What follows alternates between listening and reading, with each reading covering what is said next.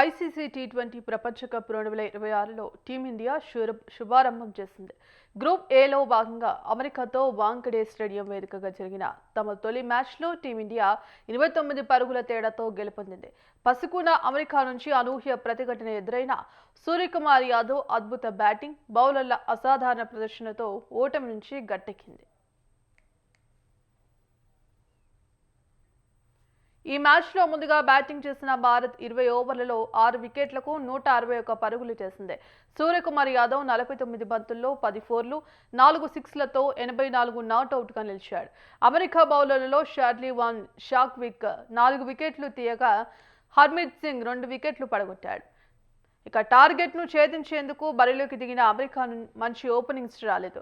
America 13 పరుగులకే 3 వికెట్లు కోల్పోయి పీకల్లోతు కష్టంలో పడింది. ఈ పరిస్థితుల్లో మిలింద్ కుమార్, సంజయ్ కృష్ణమూర్తి అమెరికాను ఆదుకున్నారు.